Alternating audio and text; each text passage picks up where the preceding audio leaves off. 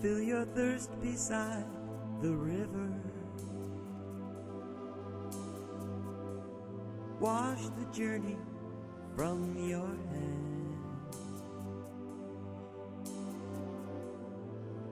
Feel the comfort flow inside you. Come this far, you understand. Hi, welcome to Healing Outside the Box. I'm Rosemary Lachance, an energy healer and a spiritual teacher and advisor. This show is recorded and will be shown in your area on your local public service cable network. Please contact them for dates and times. And we're also on YouTube. Just type in Healing Outside the Box and make your choices. Okay, this is show number 252, and the title is Earth School, Afterlife, and Returning Home. I have a special treat for you, my dear viewing audience, an interview with Hans Wilhelm, a dear friend of mine for 35 years and whom I studied spirituality with. He created the Life Explained series, from which so many of our shows are created also. We are of like spiritual mind, so what he tells us here, I totally agree with.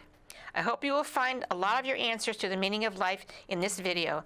I will not return at the end of the show to say goodnight, so I will say, I hope you enjoy the show, be well, and be safe. Mwah.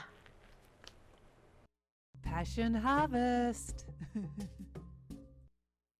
So, passionate listeners and watchers, welcome to Passion Harvest. I'm Louisa, your host, International Passion Ambassador. Thank you so much for being here wherever you are in the world right now. I'm so excited about my guest today. I love his videos. They're amazing. You've probably seen him. His name is Hans Wilhelm.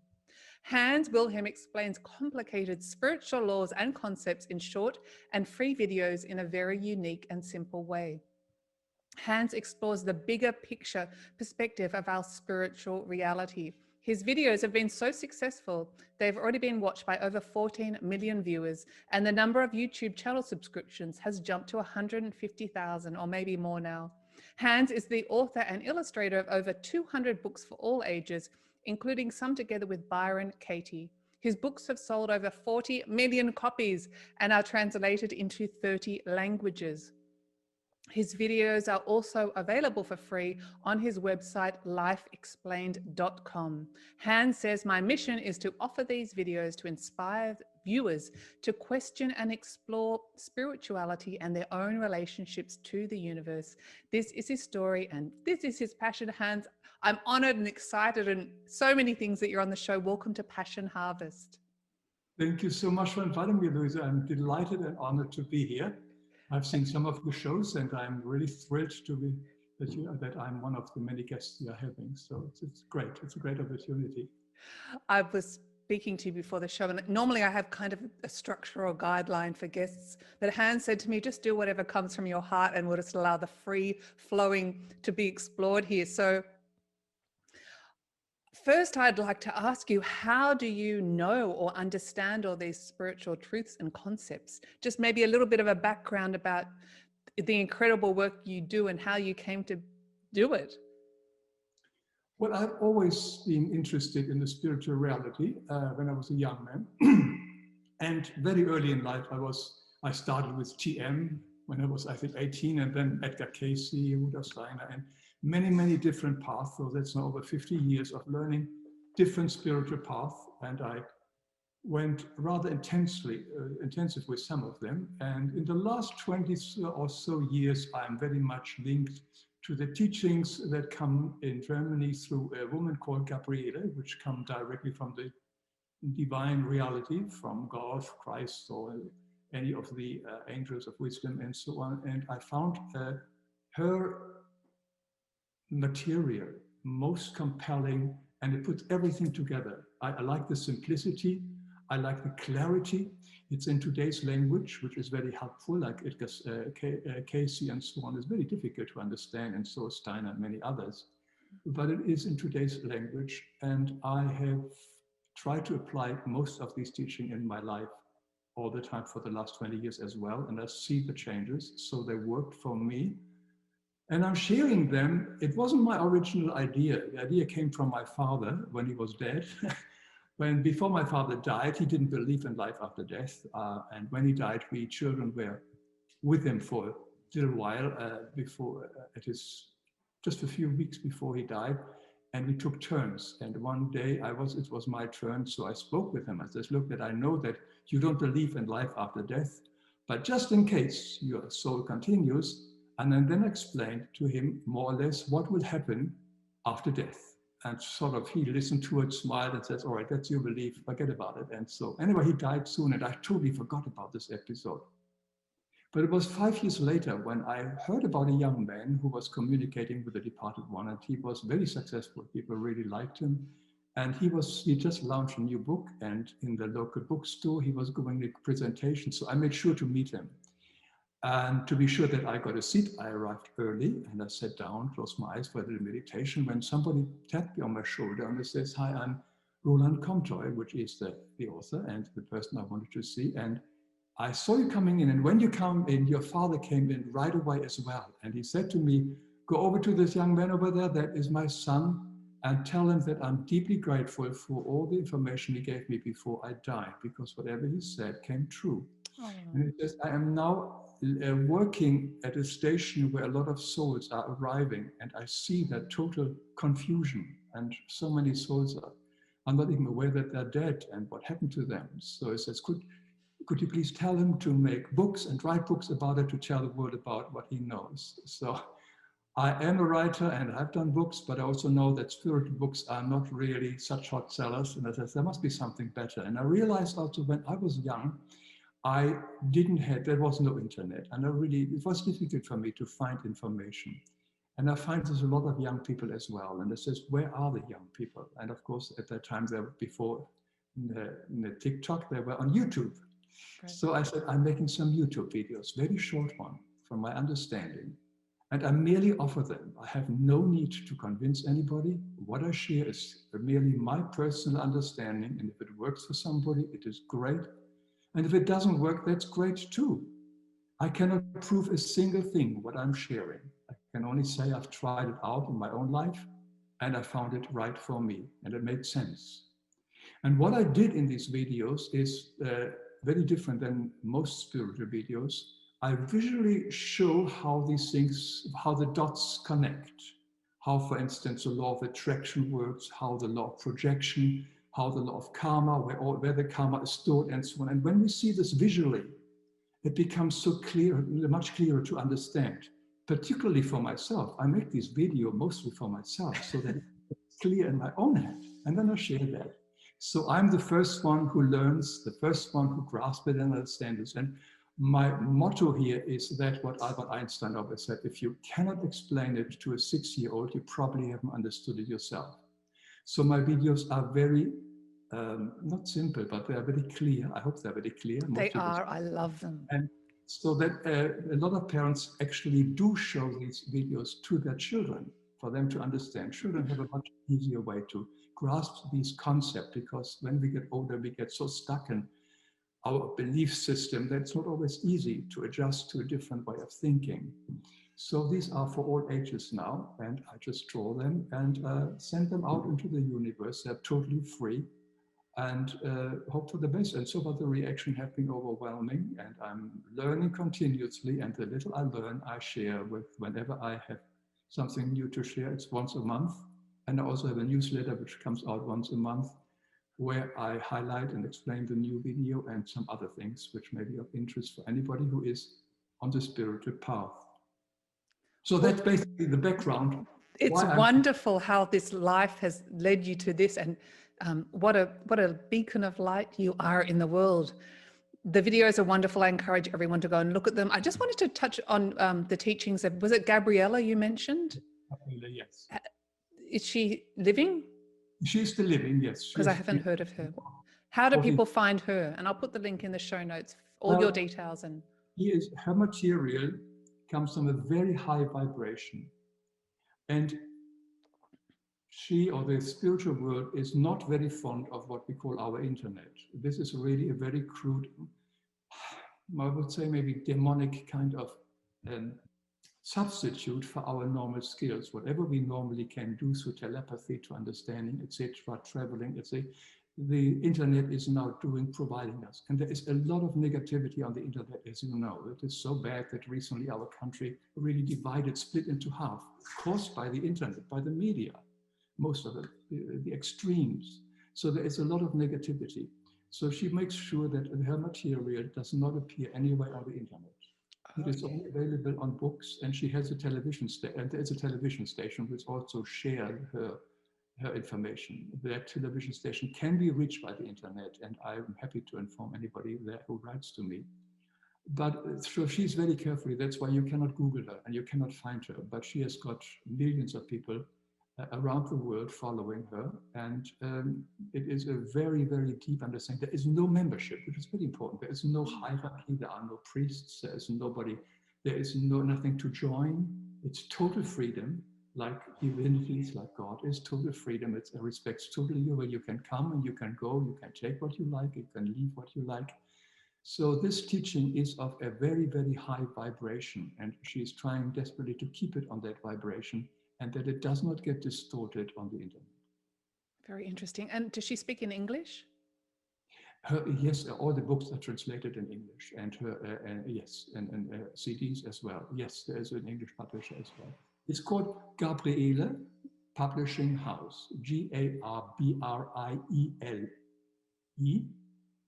and publishing-house.com.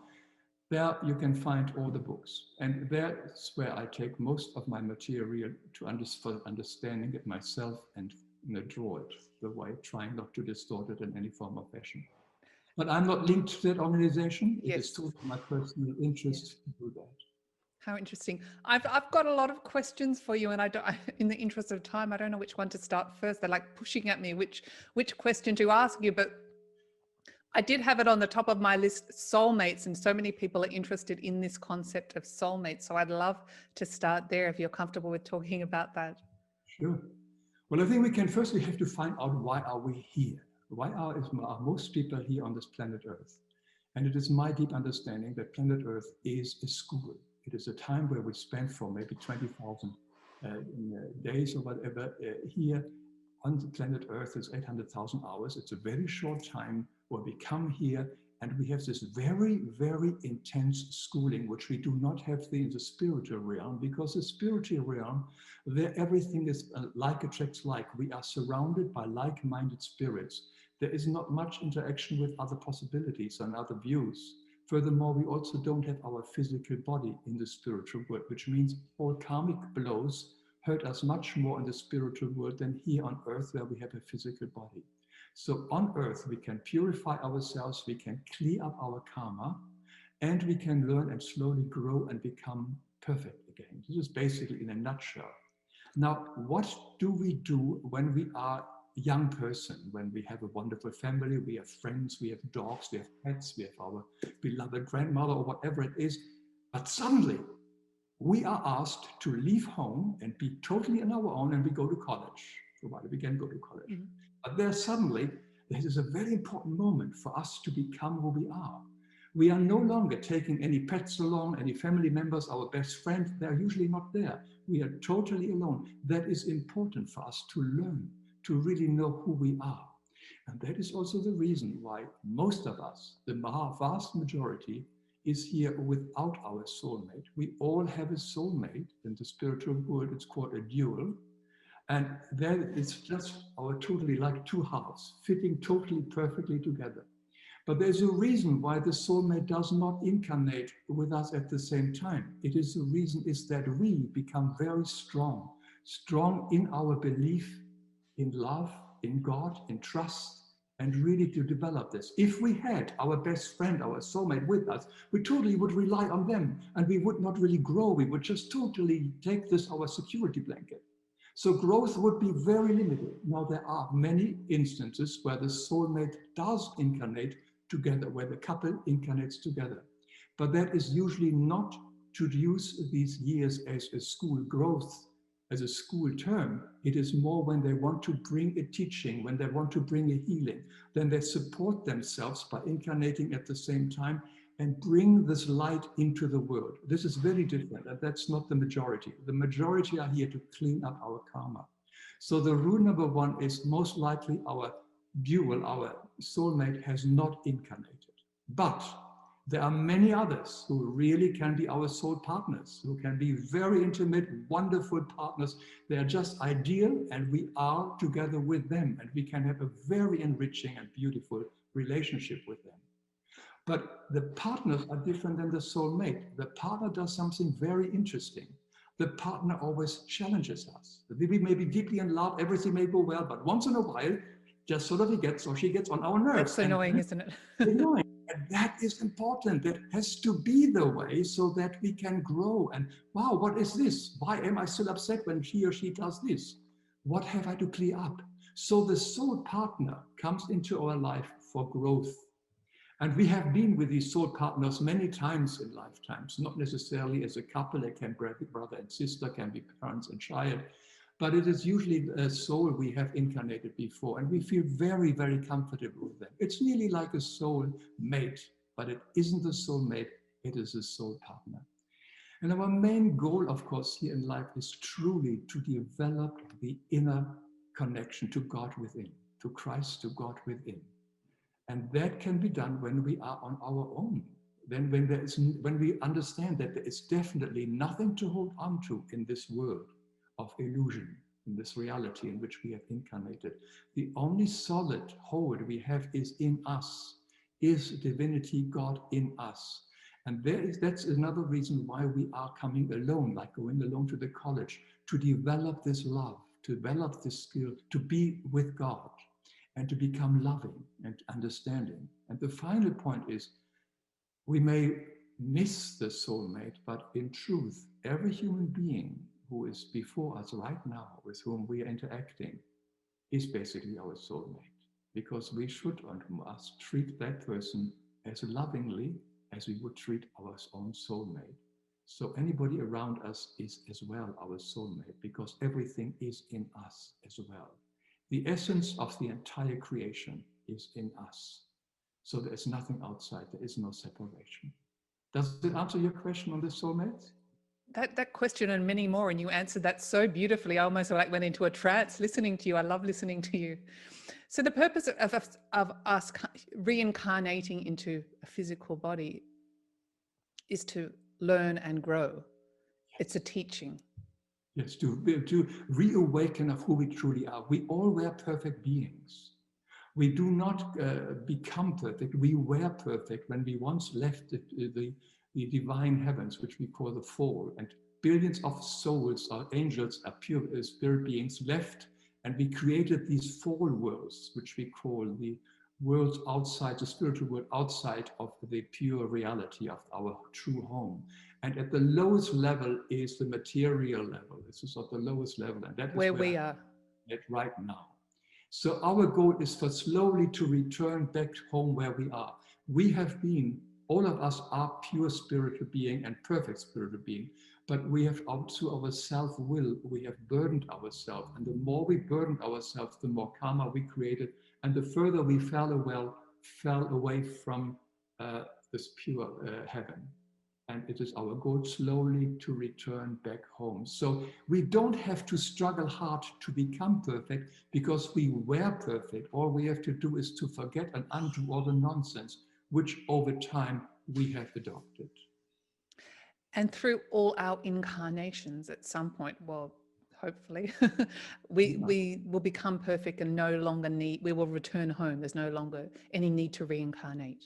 When we have cleared up the first 4 levels of these 7 levels, then there is no draw, then there's no pull back anymore for reincarnation. And then we get pulled back higher to the spiritual world. So we have to achieve the first 4 levels. And we can do this in one lifetime here. We can really reach a level of purity and divinity that will allow us to reach the 4th level, so that we can then be pulled up. So there is no need for reincarnation.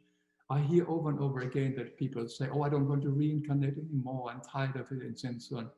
But let us also understand that a reincarnation is also a gift that we can give others. We can come here and help others. If whatever we have learned and whatever we have grasped, we can be here. There may be many souls who are very more confused and need some help. So loving souls incarnate, not for their own selves growth, but also to help others, to be there, like a mother incarnates to help a child who may be handicapped and so on. So there are many other reasons why we incarnate. And one of them could be that we incarnate to help others out of love for others. Instead of out of love for myself, I don't want to incarnate anymore, but maybe we reach a level that we become altruistic and truly loving for others, and then we have no problems incarnating again, even if it means maybe a difficult life. You mentioned in this lifetime we can reach the 4 stages of having not to reincarnate. How does one do this? I'm told that I haven't achieved it, so I don't know. Oh, okay. This comes actually from the teachings from Gabi and from the Christ himself in his books and so on. It says it's quite possible. So it's quite possible. But that's why I say, let the not reincarnating and not be our main goal. We may want to actually come back to help others. It will come automatically. The more loving we become, the less it becomes important whether or not we incarnate. It's only when we are very much concerned about ourselves and I don't want to come here again, this life is too horrible. For most people, it is difficult. Yeah, it is very, very dramatically difficult, even if we may be living in wealth and living and having all the needs fulfilled. People still struggle every day emotionally. Many people are very, very confused and are not enjoying the life. And life is not necessarily for enjoyment. As I said, it is school. School can be fun, but it can also be very dramatic. There can be really a cleansing. It's a cleansing process, and that can be sometimes painful. But compared to eternity, what are 800,000 hours? Nothing. Just dipping into this world for a little short time, like we go to the movies at the olden times when we still went to movie houses. We don't do that anymore. But there we go for 2 hours to forget ourselves, get into an emotional up and down, a horror movie or whatever it is, and then we come out and the world continues and our life continues again. This is exactly what happens with reincarnation. We go here, we go to this drama of incarnating here, being a little baby, growing up and so on, and then we go back. Sooner than we think. This goes so fast. It's interesting, and I like what you mentioned before when we were discussing soulmates, but talking about if someone, a partner, a mother, a father, there's conflict or annoys us in some way, it actually is a way, something we need to learn. They're teaching us a lesson, or is it a reflection of what we need to know? Well, every time we have a disturbing emotion, that shows us there is something in us that is not clear. It is not loving. The outside world is nothing but a reflection of ourselves. It's just a big movie screen. And wherever we look, we see basically no one else than ourselves. And every time we see a disturbance, somebody who upsets us, a situation which upsets us, means the same thing is in me. And that's where I have to do the healing. I have to heal the projector first, and then the screen will clear up as well. Very simple. I explain it in my video, The Law of Projection. Yes. We only see because we have got human eyes, and the human eyes are material eyes. They can only look on a surface that where we see ourselves. They do not penetrate the surface. When we reach a spiritual level, spirits can walk through walls. As you know, the higher vibration can always penetrate the lower vibration, but the lower vibration cannot penetrate the higher vibration. So everywhere where we look, we only see ourselves, reflecting always back to us. The whole universe is nothing but sending and receiving, continuously through our aura, through what we are thinking, what we are feeling, our sensations. We are continuously sending out this vibration into the world around us, and it always comes back to us. And so we see always ourselves. So every time we are upset, it is not about the person who does something to us. It is always a sign that there's something in us. And strangely enough, I know people don't believe it because it's maybe too much for me here for the first time. And it was for me too, and I didn't want to believe it, but I have not found ever an exception to that rule. Anybody who upsets us in my life is merely reflecting something back that is not loved in me, something that I have suppressed or expressed in one way or the other myself. it's an interesting concept and one that's hard to grasp, because it also means taking personal responsibility, that life doesn't happen to us, we create our life. Exactly. Yeah. Personal responsibility is a key. If you want to become purified and want to become perfect again, that only steps with total responsibility. That means asking for forgiveness if we have wronged somebody, forgiving as well if somebody has done something to us, offering amends if that is possible, and not doing it. And of course, repentance as well. Repentance is very important. I know in a lot of New Age teachings, they say repentance, forget about it, just forgive and move on. But the repentance is a very strong element. We really have to feel that we are sorry about whatever we have done to another person, to the environment, or to anybody else, with thoughts, words, actions. That repentance, deeply felt, goes into our soul and stays there. And that element, this memory of repentance, deep remorse, is a way which may stop us the next time we come into the same situation. And suddenly it comes up and says, don't do it again. If we merely say, I forgive myself, I forgive it, there is nothing to ours to remember. And that is also our conscience. When we die on the other side and we see on the life review, which everybody will have to see of how we have lived our life, all the ups and downs, the good and the bad, but we will experience from the receiver, from the person we have interacted with, how they have felt by us doing, saying things which may be hurtful. This gets stored, this intense feeling in our soul, and that comes into a next incarnation, and it is part of our conscience, so that we are, something in us still says, don't do this anymore, don't do this anymore, even if we don't remember why or where it comes from. But there is this little, we call it the little voice, and says, don't do it. So it's very important when we do the act of forgiveness and asking for forgiveness also to feel deep, deep remorse and ask Christ to forgive us if there's something which needs to be done from a higher spirit level and so on, because he is the healer and the redeemer of all souls. So that is my belief. Well, I think your beliefs are wonderful. I just wanted to touch on, we were talking about soulmates before, and I'm of the same belief. It's hard sometimes. You mentioned we don't always need to look externally for a partner to nourish us, or the act of missing, because everything we have is already within us. And that's very hard as well, because we look externally for things or places or people to fulfill us. Do you mind talking about that a little bit? Yeah, no, definitely. I mean, this is definitely, we all want approval. We want to be loved by others. We want to be acknowledged and so on. That is, of course, that is one of our major drives. And that is something which causes all the problems, that we want the outside world to confirm us, affirm us, love us, acknowledge us, respect us, and all these things. Makes total sense that this is a natural thing for us to do. But the world doesn't do that always. And then we have to have our own strengths in ourselves to really not react to it, but respond to it. The love from the outside world will come and go, and we cannot count on it. The only love, the only basis, the only security we have is in us. That is God in us. God is love. And the love is in us, and so is Christ. The God spark is at our pituitary gland, and the Christ is in our heart chakras. So we have got these very strong divine elements in us, all of us, which are guiding us and helping us, and these are the sources of our strength. They keep our body flowing of energy. That is where we get the energy. When we draw energy from the outside world, we're usually stealing it, and then we have to give it back. So we have truly learned to live and love ourselves, to live with us and love ourselves.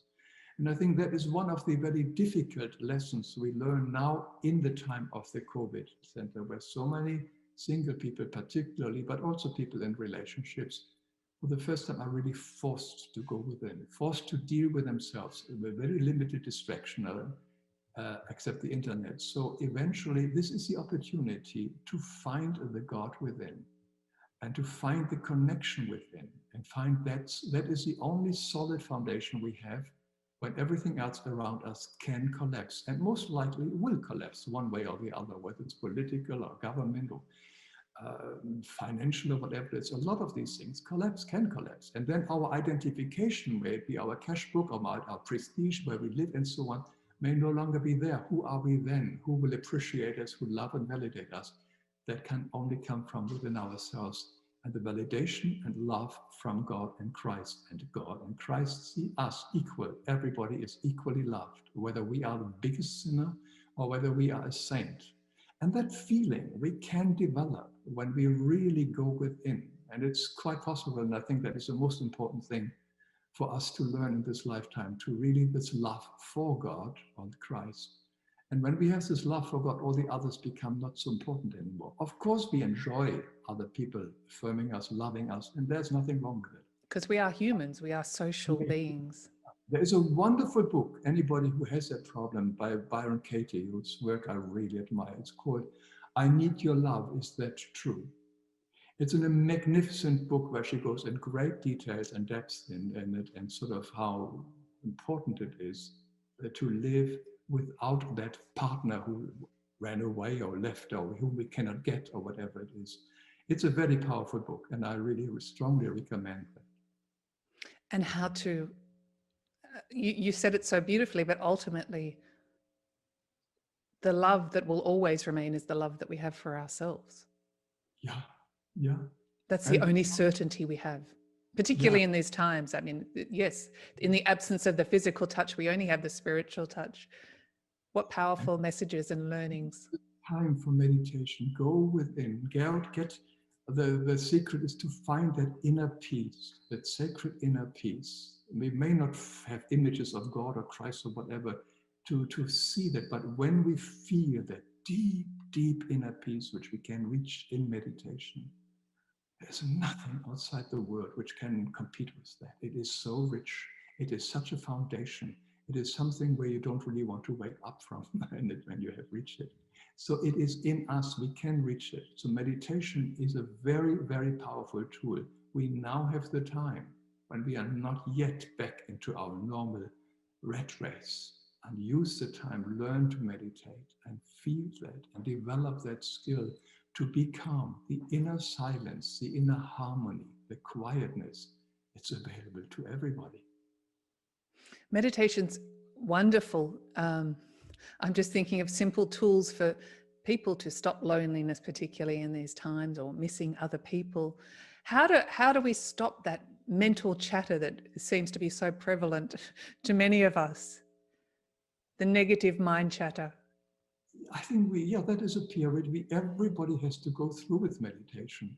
It will always be there initially, and it will take for some people weeks, sometimes months, to calm it down. But there are, of course, exercises like slow and deep breath and so on. Focus on the breath, and see how the breath goes down. Focus on certain body parts and so on. It's a question of focusing as well. And the most easiest, of course, in our breath. We do it consciously, very deep breath, maybe 10, 15, very deep, fill our whole body.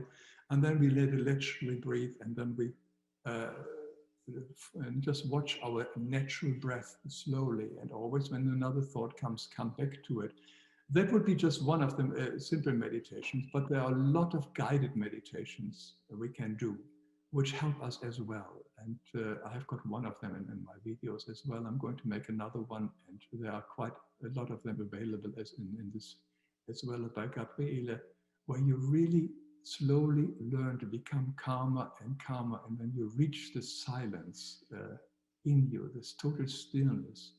And you can't explain it in words. It's just blissful. Wonderful.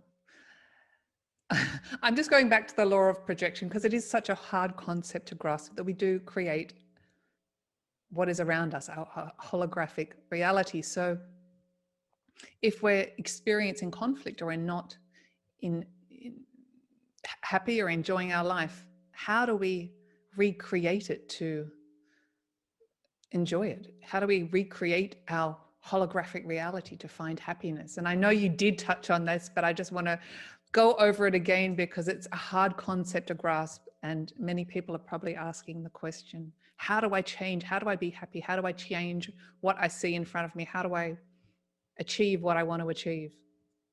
Well, you partly answered it already. I know you have, but I'm sorry, but I just want to No, you go answered- over it again to clarify. No, it is taking responsibility to understand that it is never the other person who upsets us. It is only the program which this person displays, what he says, that is it suddenly waking up the same program. That's why it's also called the law of correspondence, because we correspond. We can also call it the triggering law. It's all the same law. Somebody says something, it triggers something off in us. We can also call it, you spot it, you got it. If you see it in someone else, which upsets you, you got it. And the law of projection. So it has all the kettle calling the pot black and so on. There are many, many ways how people have known about this law. And it is actually very, very effective once we understand it, that the person out there who does something to us is doing something that we have done ourselves as well, or suppressed it. For instance, if somebody, take an extreme, and I have it in my video, for instance, if somebody hits us physically, like in a wife beating kind of situation, or husband beating, to be balanced here, and then this as well is a reflection of what happens in the person who gets hit, because he or she has been hitting herself or himself all the time. I'm no good, I'm no good, I'm no good. She is hitting herself all the time. And this, how should I say, this vibration goes out into the world. I'm no good, I'm no good, I'm no good, I'm bad, I'm bad, I'm bad. And then somebody comes from the outside world and physically hits us so that we wake up and says, this is what you have been doing to yourself. Now, at that moment, you probably will not see it that way. But we have attracted this because we have continuously been beating ourselves up. And then finally, somebody from the outside world, who is nothing but an angel in disguise, even if he is a brutal beast, does this to us in the same way as we have been doing to ourselves. But it takes responsibility. Now, of course, everybody in our society says this is a victim and this is a bad guy. Yes. This is how our media and this is how people usually think. And on a certain level, yes, the person did something wrong, and for that, he or she should have the consequences. We do not go around and beat people up. That is against our free will.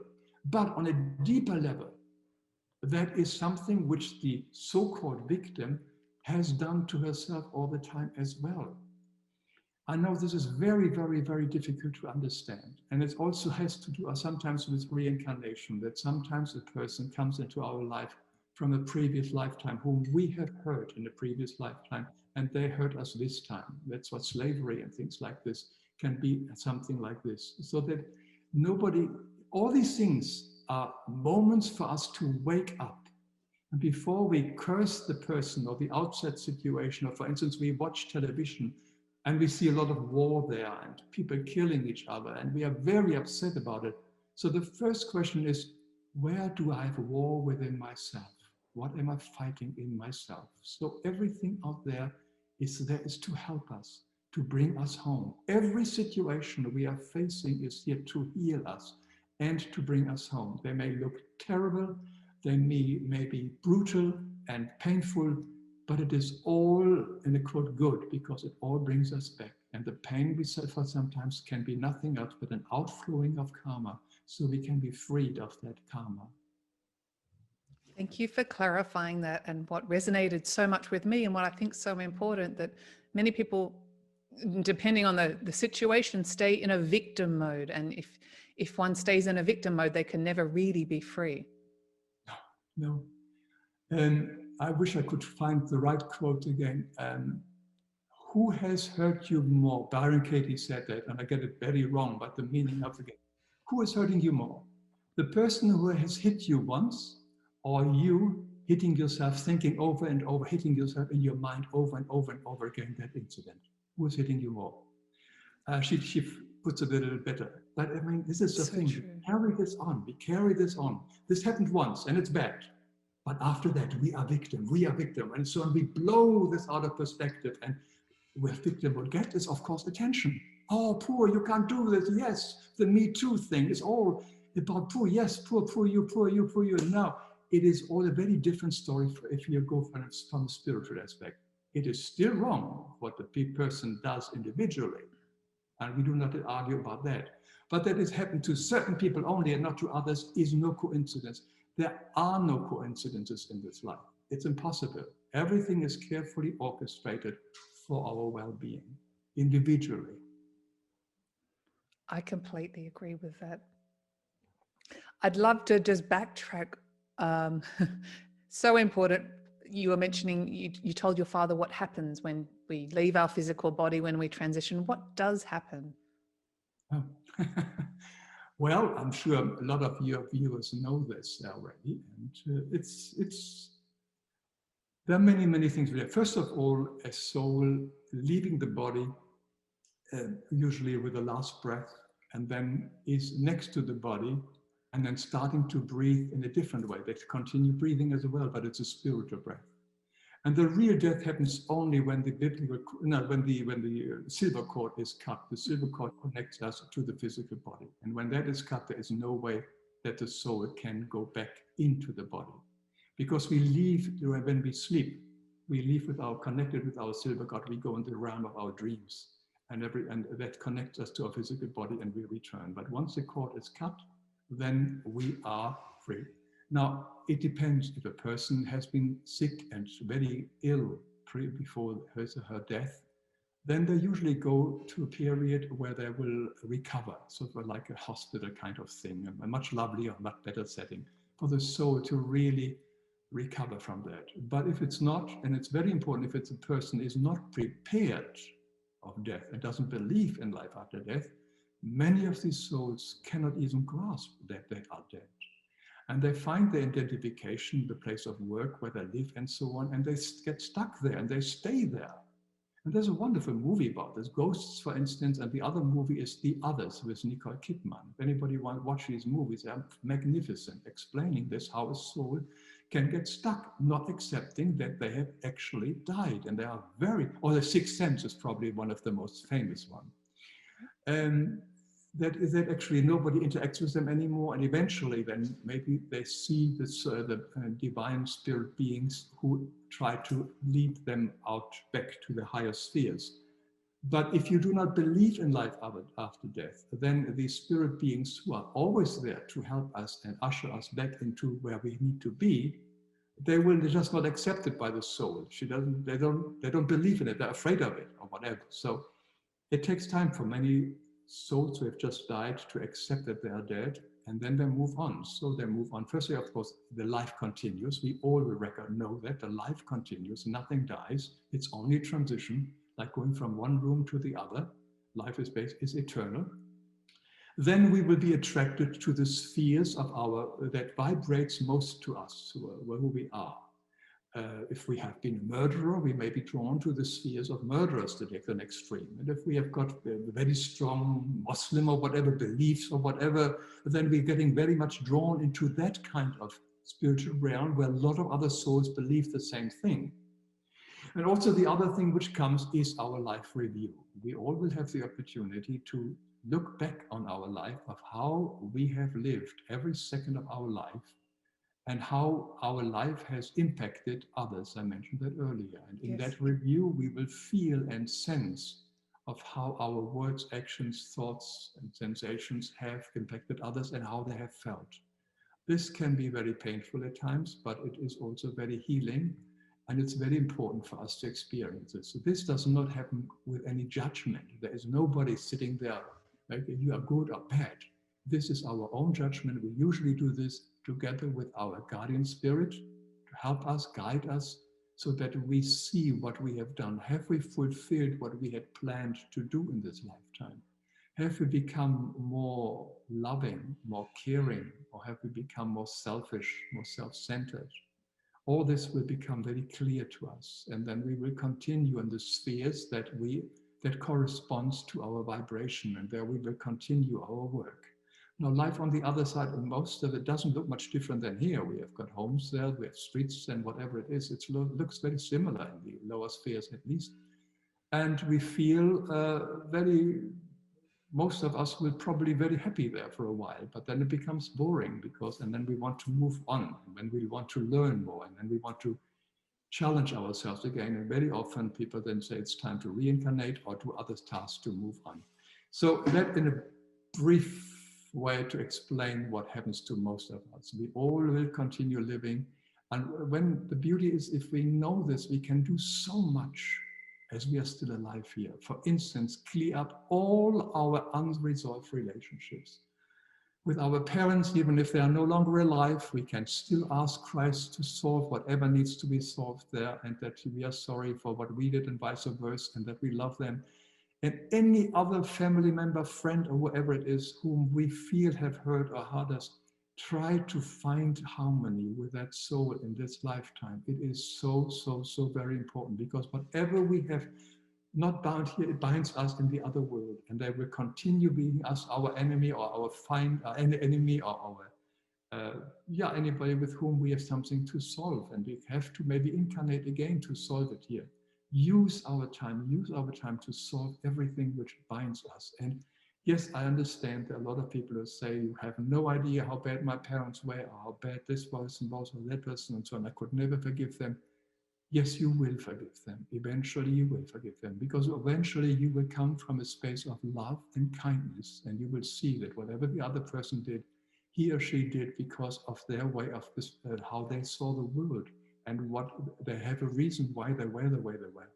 And when you see that and to forgive that and understand that, then we are all brothers and sisters on the same level. Nobody is better, nobody is worse. Just some of them are more confused than others. It's always a question of confusion. Only a confused person does bad things or painful things. As Byron Katie says it, just question your thoughts and be clear about whatever we believe it. Is that true? Is that really true? And the confusion causes so much pain. And when we understand that the person was merely confused, it's much easier to forgive, and also understand that, boy, we have been a lot of confused a lot of time as well. And we hope that somebody will forgive us too for the many mistakes which we have made. It's true. And we don't want to come back to another life to have to repeat the same lessons again. No, definitely not. Why? When you can do it now. If you have the understanding now, do it now. Do not wait. So if there's anything viewers may take home, and I know there's nothing new, but take the opportunity, clear up. With one person only, that's already, it saves you at least one or more incarnations, whatever we can clear up now. I'm just thinking who I need to do that to. And don't be, if the person has died, it doesn't mean we cannot communicate or we cannot ask for forgiveness. But I want to mention, do not do it directly. The soul who may have hurt us, or vice versa, whom we have hurt, and is now in the spiritual world, has their own things to do. The period of life he or she had with us is of no importance anymore. So don't continuously pull them back into our life and so on. Go to Christ, go to God and says, God, can you please connect with that soul and ask them that I'm terribly sorry for what I've done and whatever it is, and vice versa, and you forgive them or whatever it is. Let God or Christ be the one to communicate with that soul. Do not connect directly with any soul on the other side. They have other things to do, and they can also bind themselves to us, which is another big problem about soul possessions. I've made videos on that one as well. So, should we not connect with souls that have passed on the other side? This is my experience, and I will say what I believe. I would not do it directly anymore. No. Now, if other people believe differently, that is fine. But there is no need for that. We can do it via God or via Christ, and ask them to connect with them, because I understand very much that they all are very busy on the other side, and they have their own life to lead, and it's not helpful to have a connection with that person. We can pray for the person, which means sending light to the person, like when somebody has died, to pray to them to that move on, that they see the light, that they can move on. That is fine. But connecting with this, oh, I want to have my father and mother and so on, and connecting with someone, it's understandable that we do have these desires and wishes. But if we can control them and ask them to do this via Christ or God, we are much better served because we are freer. We do not tie them on us to each other. And freedom is the major goal here, why we do this. Everything is about freedom. We want to become free again. We want to become free from the earthly incarnation, from whatever draws us here in the earth, from all our vices or whatever it is, and other things. We want to be free again. So the freedom then brings us back to the pure heavens, which is total freedom, where everybody is free in the will of God, in the divinity. But our self-will has caused us so many problems and has caused so many bindings here in this world and thereafter. And that needs to be sort of let go of. So becoming free again is important. And that means also let the other souls move on wherever they need to go. Because you don't really need them. You need the God and Christ in you. That is the only thing that in this lifetime is our only foundation. And that is our only source of strength. And that is the only thing which keeps our body alive and our mind alive and our soul alive. I mean, that's a very interesting point. Yes, needing externally. While you were talking about that, I just wanted to move on to fear. And so many people are so fearful of so many things. And I believe fear is the opposite of love. What are your thoughts on fear? A long time ago, I made a video on fear, but I think I've seen it. Yeah, it's the first thing which comes to my mind. Fear is usually from our ego, because we are afraid of losing our comfort, something, our physical comfort, or something which we think we are entitled to, something we want to have. And it is always related to our physical comfort, like fearing to lose my body by through illness, losing my money, losing my position, losing my love life, losing something like this. Has nothing to do with my soul. Has mostly to do with our physical body, which our ego identifies with, because the ego tells us we are our body. Of course we are not. The body is merely our code for our soul. But our ego concentrates on our body. It's a survival tool for our body. And some of the fear is very justified. Of course, you have to run when a tiger comes. So these fears are very practical fears. But very often these fears are in our mind, and we fear this and we fear that. It helps to understand that these are all things which, if they come, that they have got a positive as well. Again, I come back to Byron Katie. She has got those 4 question and turnaround, and they are very easy. And if you go to her website, you can download it for free. And she asks, imagine the worst thing that can happen, and then give me 3 reasons why that is actually good for you. Well, that is very powerful. And write it down. Why? Maybe if I lose my jobs, I have to go move somewhere else. And maybe I have to move back to my parents. And maybe moving back to my parents, I finally can clear up my bad relationship I have with them, etc. So all these things can be positive. Every negative has a component of the positive. It cannot exist otherwise. So we focus on the positive, whatever we are fearing. We also become aware what we are fearing is basically a loss of some comfort. So how can we do with our comfort? We got very used to it. The money we have, the position we have, whatever we have, for instance, the likes we have on our Instagram or whatever it is. And suddenly it's no longer there. Who am I then? So let's look at that very carefully. And fear is also, somebody said this, fear is feeling excited and ready. F-E-A-R, feeling excited and ready, because the emotion or sensation of fear is the same like excitement. It's just only channeled different into our brain. For instance, a person is going on what's it called? These rides, these speed rides, roller coaster. Oh, roller coaster. Roller coaster. Okay. So 2 people at roller coaster. My wife goes on a roller coaster. She hates it. She would never go on it. She would scream and she would be so scared. I would scream for joy because I love it. Yes, so the 2 having the same excitement, but the one hates it and I love it. So this is excitement. There is excitement in fear. So just feel that excitement. And also take your fears as an adventure, because now you are going to open up for something new. See it as an adventure. because fear always holds us back. I don't want to lose this. I don't want to lose that.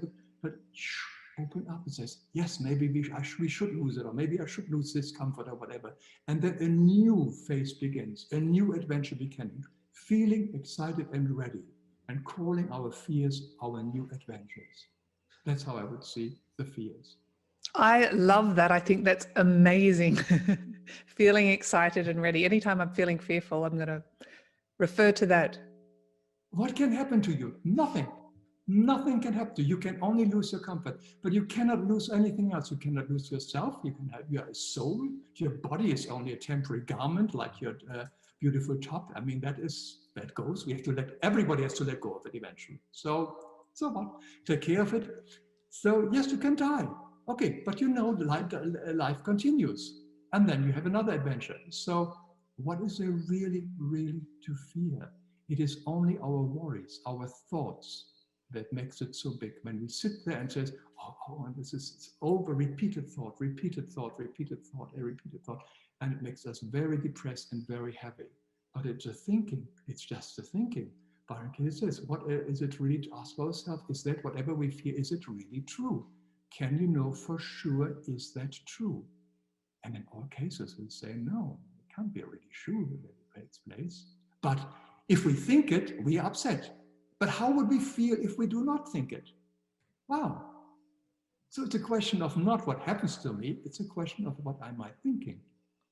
And it's all a perception as well, because potentially if we embrace that fear, it could lead us to our next soul's purpose or our passions or our journey in life. Yeah, definitely, definitely. Everything happens to us for us and not to us, which is very important. Everything is here as medicine. Everything is here to bring us home. And yes, there will be difficult times, difficult periods. I know that we have all gone through them all, but we have all survived them well. And having survived the difficult periods is our potential, our strength for the next whatever comes along. So we have done that. We have gone through a lot of shit, excuse the word, in the past. Good word. And so we have done it then, we can do it again. Nothing can happen to us. The worst thing is we die. Okay, but then we move on the other side, and that can be fun too. There's been so many amazing messages. Honestly, I really can't wait to re-listen to this interview. I've asked all the questions, Hans. Is there something you'd like to speak to the Passion Harvest audience about? No, it's just sort of learn to love and find the love for God and Christ. That's the only thing. And if the time gets more difficult, which they may or may not, that is a solid foundation. That's in us. Everything is in us. The entire cosmos is in us. The essence of everything is in us. And we don't have to look outside for any strength. The strength is in us. So it's very, very important to find that the kingdom of God is in us. It's old lines, and we have to really grasp it, develop it, learn to meditate, calm your mind, and feel the silence, the stillness in yourself, and just enjoy it. Enjoy to be with yourself. That's it. Beautiful. And thank you for compressing all these big topics in one interview. I just love your videos, Hans. I think you're amazing. And thank you so much for being on Passion Harvest. It was an honor and a pleasure. And what a light you are in the world. Thank you so much. Thank you so much. Bye-bye. Bye-bye. If you like this episode, please do subscribe for weekly passionate, inspirational interviews. Feel your thirst beside the river. Wash the journey from your hands. Feel the comfort flow inside you. Come this far, you understand.